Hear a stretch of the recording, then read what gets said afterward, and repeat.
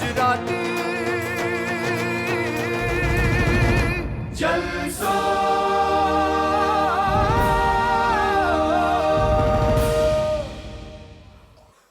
આંગિકમ ભુવનમ યસ્ય વાચિકમ સર્વવાંગમયમ આહાર્યમ ચંદ્ર તારાદિ ત્વમ નમઃ સાત્વિકમ શિવ. આ અમારી નાટકની પ્રાર્થના છે. જ્યારે પણ કોઈ પણ નવું નાટક શરૂ કરવાના હોઈએ કે એનું ઓપનિંગ હોય કે દર નાટકના શો હોય ત્યારે આ પ્રાર્થના અચૂક ગવાય ને દરેકે દરેક કલાકારને યાદ જ હોય ને એ ગણગણે. અને તમે લોકોએ પણ આ ઘણીવાર સાંભળી હશે. એક સમય હતો જ્યારે ગુજરાતી કલાકારો બધા ભેગા મળતા અને સાંજે રિહર્સલ્સ કરતા. એક એવો સમય હતો, બહુ જૂની વાત કરી રહ્યો છું. અને સવારે એ લોકો કામ કરવા જતા. ક્યાંક નાનું મોટું કામ જે કંઈ પણ એ લોકોને મળતું એ કામ કરતા એ લોકો. પણ જે ફાજલ સમય હતો એમની પાસે, કે જે એક્સ્ટ્રા સમય હતો, ક્યારેક રજા હોય, તો એવા સમયે એ કલાકાર જે નાટકમાં કામ કરતો હોય એ નાટકની ટિકિટ વેચવા જતો જાતે પોતે. કેટલો કપરો સમય હતો એ. આજે જો આજના કલાકારને એમ કહેવામાં આવે કે આ તું જે નાટકમાં કામ કરે છે એ નાટકની ટિકિટ તારે ઘરે ઘરે જઈને વેચવાની છે ભાઈ, તો કેટલા કલાકાર તૈયાર થશે?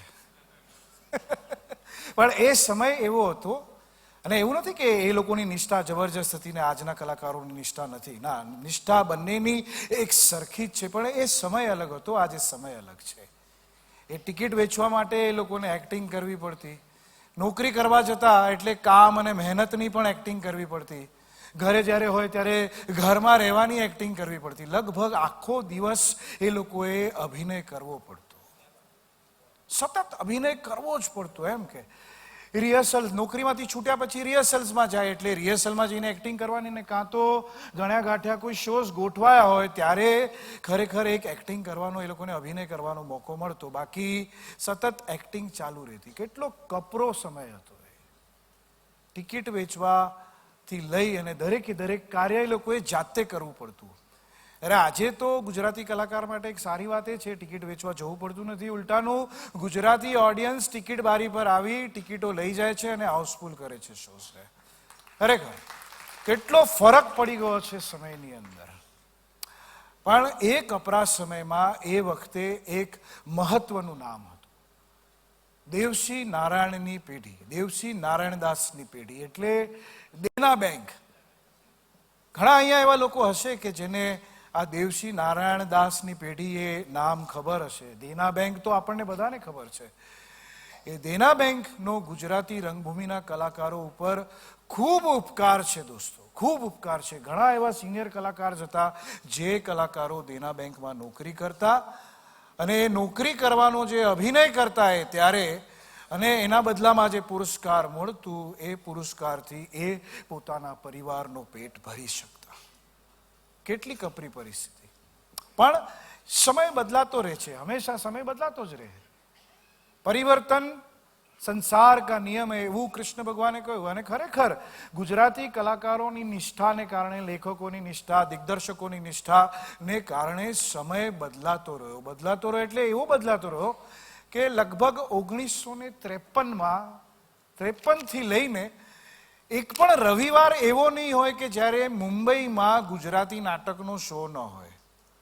અને લગભગ 15 થી 20 વર્ષની જો વાત કરું આજથી લઈને, એટલે કે 15 થી 20 વર્ષ થયા છે, તો લગભગ મુંબઈમાં રોજે રોજ ગુજરાતી નાટકનો શો થાય છે. કેટલો મોટો પરિવર્તન છે આ. ડોંબિવલીમાં શો હોય છે, વાશીમાં શો હોય છે, કલ્યાણમાં શો હોય છે, માટુંગામાં શો હોય, વરલીમાં શો હોય, એનસીપીએ આગળ નરીમાઇન પોઈન્ટ ઉપર શો હોય, ચોપાટી ઉપર શો હોય, તેજપાલ, ભાઈદાસ ભવન, નહેરુ, દરેકે દરેક જગ્યાએ સોમવાર, મંગળવાર, બુધવાર, ગુરુવાર, શુક્રવાર, શનિવાર રોજ શો હોય. અને એ શોને સાથ આપનાર કોણ છે? તો કે મારા પ્યારા ગુજરાતી પ્રેક્ષકો.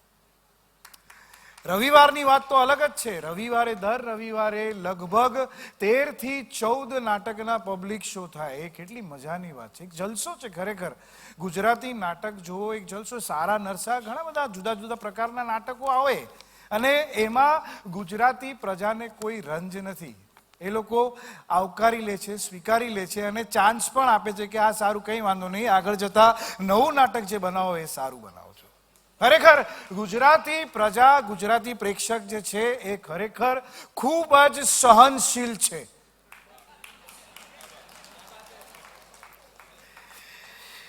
સમય જેમ જેમ પલટાતો ગયો એમ એમ નાટકો બદલાતા ગયા અને એવું કહેવાય છે કે મુંબઈની આ ગુજરાતી રંગભૂમિ દર વખતે લગભગ આમ વાર્ષિક 25 કરોડનું આવક જાવક થઈ જાય છે.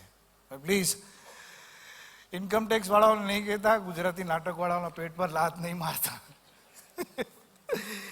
પણ આ સ્થિતિ પર પહોંચવા માટે ઘણા બધા લોકો ગુજરાતી રંગભૂમિના પાયામાં છે. ઘણા લોકો, એમાંના જો થોડાક નામ યાદ કરું ને હું તો INTના પ્રવીણ જોશી યાદ હશે બધાને. અને મને નથી લાગતું કે હું કોઈ આ નામ બોલીશ ને એની પાછળ તાળી વગાડવામાં તમને આટલું બધું વાર લાગે. ખરેખર મને શરમ આવે તો પછી. INTના પ્રવીણ જોશી, અભિનેતા ઉપેન્દ્ર ત્રિવેદી, નાટ્ય સંપદાના કાંતિ મડિયા અને ખેલૈયાના શૈલેષ દવે, આ લોકોએ જે પ્રકારના નાટકો આપ્યા છે, જે લેખન થયું છે, જે દિગ્દર્શન થયું છે, ખરેખર ગુજરાતી રંગભૂમિ સામે એ લોકોએ વિશ્વની રંગભૂમિ પણ લઈ આવ્યા અને વિશ્વની સામે ગુજરાતી રંગભૂમિને પણ લઈ ગયા. ખરેખર બહુ મોટી વાત છે આ. અને આટલું મોટું કાર્ય બહુ જ અઘરું હોય છે કરવું ને છતાં આ લોકોએ કર્યું. આજે આપણે અહીંયા જે હવે દ્રશ્ય જોવાના છીએ એ નાટકના લેખક કે નાટકના દિગ્દર્શક કે નાટકના કલાકારો માટે જ નહીં પણ સમગ્ર ગુજરાતી સમાજ માટે, સમગ્ર ગુજરાતી થિયેટર માટે એક ગૌરવની વાત છે. લગભગ 2002માં ઇંગ્લેન્ડમાં ઓલિમ્પિક્સ હતો અને એ ઓલિમ્પિક્સ વખતે ગ્લોબ ટુ ગ્લોબ નામનો એક ઉત્સવ હતો. ત્યાં એ ગ્લોબ ટુ ગ્લોબ ઉત્સવમાં શેક્સપિયરના 37 નાટક 37 અલગ અલગ ભાષાઓમાં ભજવાયા. આ સાંભળવા જેવી વાત છે. 37 શેક્સપિયરના નાટક 37 અલગ અલગ ભાષામાં ભજવાયા. દરેકે દરેક દેશે પોતાની એક માતૃભાષા જે છે એમાં એક એક એન્ટ્રી મોકલવાની હતી. પણ ઇંગ્લેન્ડમાં જુઓ ગુજરાતીની તાકાત. હિન્દીમાં તો એક એન્ટ્રી હતી જ ભારતમાંથી, ગુજરાતીને પણ એન્ટ્રી મળી ગુજરાતી નાટક ભજવવા માટે. અને એ નાટકનું નામ હતું મારો પિયુ ગયો રંગૂન.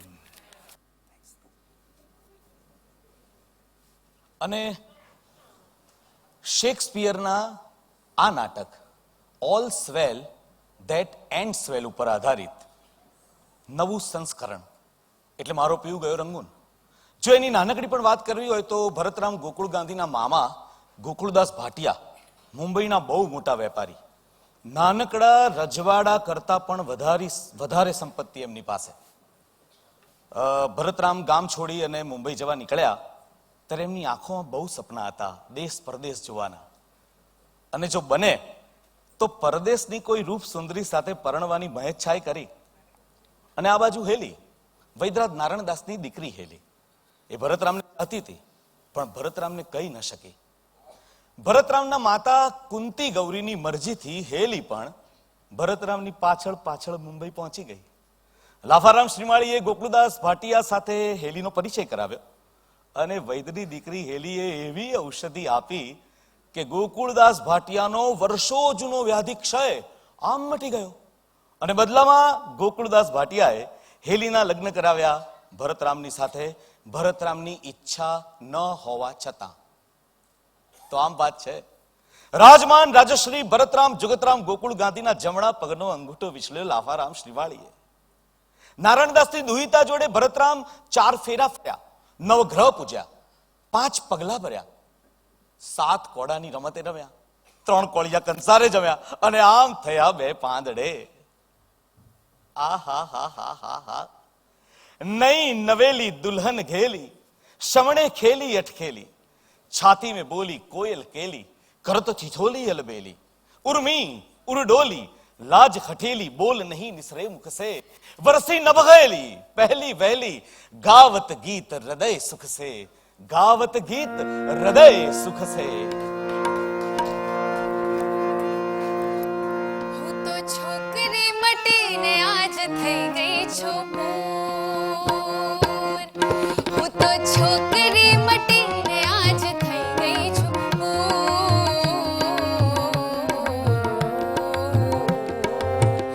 મારા ટેરવામાં નાચે મારી ઉંમરના 16 વર્ષો ચકચૂર. હે હું તો છોકરી મટીને આજ થઈ ગઈ છું પૂર.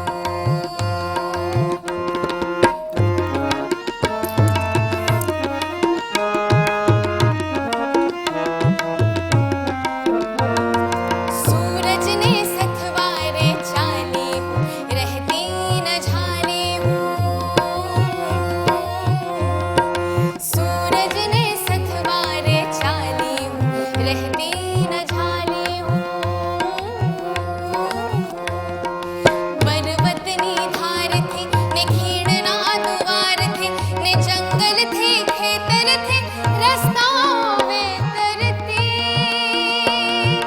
શમણાઓ ભાળતી ને ભ્રમણા ઉછાળતી. હું પહોંચી છું દૂર. હે હું તો છોકરી મટીને આજ થઈ ગઈ છું પૂર. રે હું તો છોકરી મટીને આજ થઈ ગઈ છું પૂર. પૂર નહીં, ઘોડાપુર કહે હેલી, ઘોડાપુર. ઝટ રસોડી જવાની તૈયારી કરો, કારણ કે આજ સાંજનો મેલ પકડીને હું કલકત્તે અને ત્યાંથી જહાજ પકડીને રંગૂન જતો રહીશ. શું આ શું વાત કરો છો તમે? હમણાં તો આપણા લગ્ન અને મામા. ના પાડશે તો એ જઈશ. જે મનસુબા લઈને રસોડીથી નીકળ્યો તો એ બધા હોળી પ્રગટાવવા માટે નહોતા ભેગા કર્યા હેલી. સાંભળો, હું તો વહેલો નીકળી જઈશ. લાફા કાકાને કહેજે તને સ્ટેશન ભેગી કરી દેશે. પણ સાંભળો, રસોડીમાં ફૂઈને કઈ કેવડાવવાનું હોય તો? આ ચિઠ્ઠી લખી છે એ આપી દેજે બાને. આખી કથા લખી છે આમાં, એ બધું જ સમજી જશે. પત્ર લખીને બાને સમાચાર આપતો રહીશ. જાઉં છું.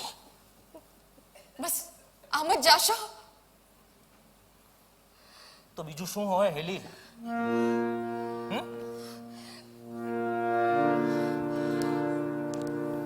બેક બોલ તો એવા યાદ બને સન્નાટે. બેક બોલ તો એવા યાદ બને સન્નાટે. રામણ દીપ બને અંધારે એ કલવાઈ વાટે. બેક બોલ તો એવા યાદ બને સન્નાટે. યાદ બને સન્નાટે. આપો એક દિલાસો આપો, એક શિખામણ આપો. છાતીના બળમાં ધબકે એવું સાંભળણ આપો. આપો બે ઘડી તો આપો આખા જીવતર માટે. ઓ રામણ દીપ બને અંધારે એ કલવાઈ વાટે. બેક બોલ તો એવા યાદ બને સન્નાટે. યાદ બને.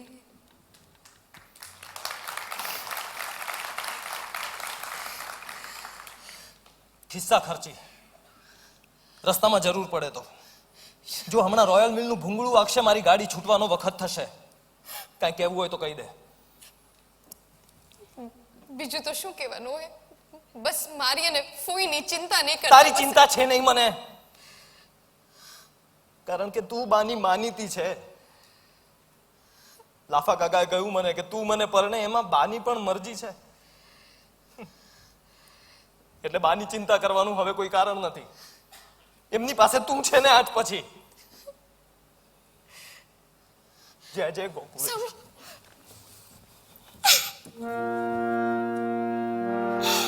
અરે અરે હે મુંબઈ શહેર છેટું ગયું અને આવ્યું રસોળી ગામ.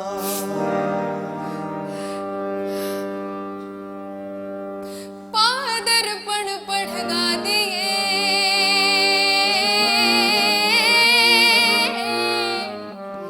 ને રટે પીઉનું નામ. ફુઈ, ફુઈ, આ જુઓ ફુઈ, હું મુંબઈથી પાછી આવી ગઈ. દિવાળીમાં જેમ અલક્ષ્મીને માથે કોઈ ખાસડો મારીને ઝાકારો આપે ને, એમ ઝાકારો લઈને પાછી ફરી ગઈ હું ફોઈ. ખેતરની વાડમાં પેસતા અંગે ઉજ્જરડા પડે ને, એવી મારા પતિને હું ગળે પડી હતી ફોઈ, ઉજ્જરડા જેવી. જૂના લિબાસ પરથી ટાંકા ઉતરડાઈ જાય એવી ઉતરડાઈ ગઈ હું ફોઈ. શિયાળાની સાંજે ઠાર પડે એવી તમારે ગળે પાછી પડી છું ફોઈ. પાંદડા ખરી ગયા પછી ઠૂઠું ઊભું રહે ને, એવી આ ઘરના આંગણામાં ઊભી છું ફોઈ. આ જુઓ, હું પાછી આવી ગઈ ફોઈ, હું પાછી આવી ગઈ.